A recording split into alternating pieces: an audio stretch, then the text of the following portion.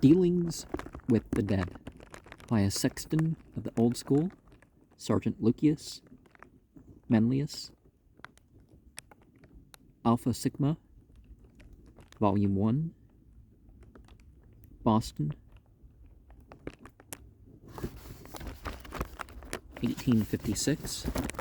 So we have an illustration here of somebody working at a table, and they have a pickaxe and a shovel, so they do manual labor too, but they have a series of books on a table, a series of books on the floor, but they have a diagram of a tree.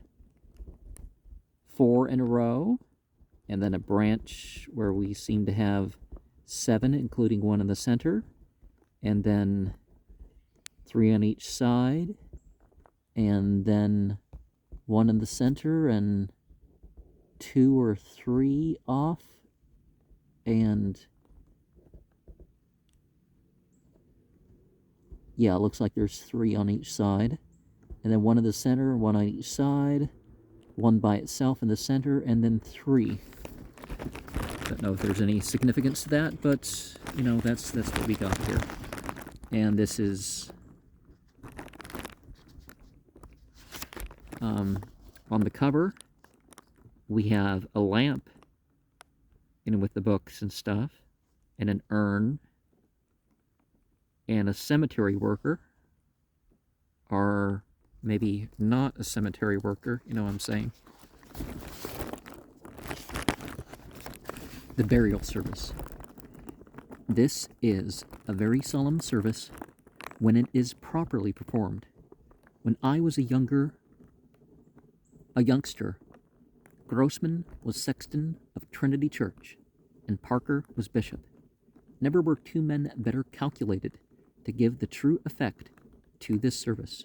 The bishop was a very tall, erect person, with a deep, sonorous voice, and in the earth-to-earth part, Grossman had no rival.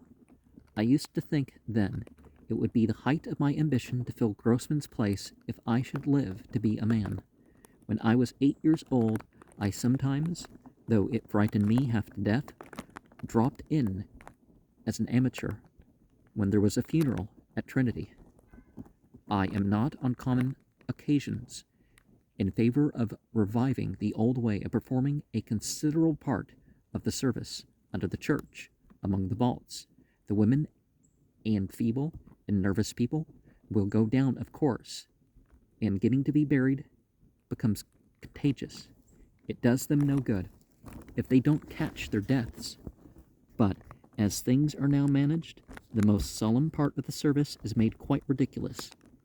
In 1796, I was at a funeral under Trinity Church.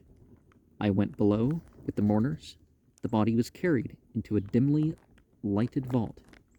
I was so small and short that I could see scarcely anything, but the deep, sepulchral voice of Mr. Parker, he was not bishop then, filled me with the most delightful horror. I listened and shivered. At length he uttered the words, "Earth to earth," and Grossman, who did his duty marvelously well when he was sober, rattled on the coffin a whole shovelful of coarse gravel, ashes to ashes, another shovelful of gravel, dust to dust, another. It seemed as if shovel and all were cast upon the coffin lid. I never forgot it. My way home from school was through Summer Street. Returning often in short days after dusk, I have run at the top of my speed till I had gotten as far beyond Trinity as Tommy Russell's, opposite what now is Kingston Street. A great change has taken place since I became a sexton.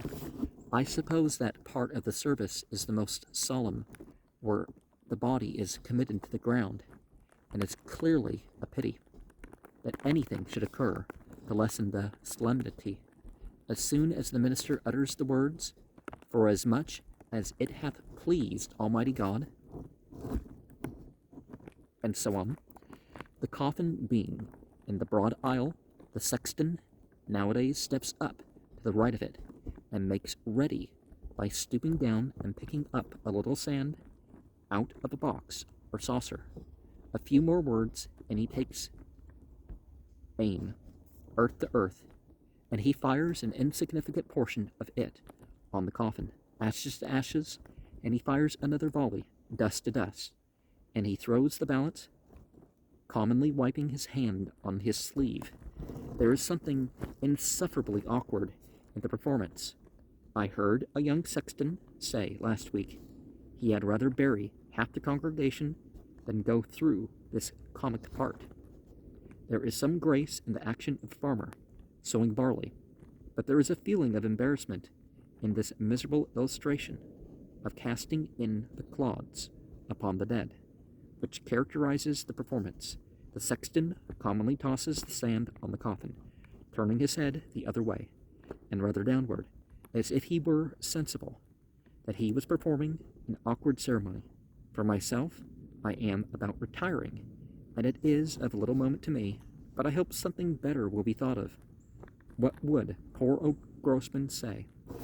A sexton of the old school? And one of the things is, if you're not used to this sort of ceremony, you don't know that they're going to do that when it comes to the burial, right? But connecting to the process, I wouldn't think it's so silly, whether it's something that I would do myself or not.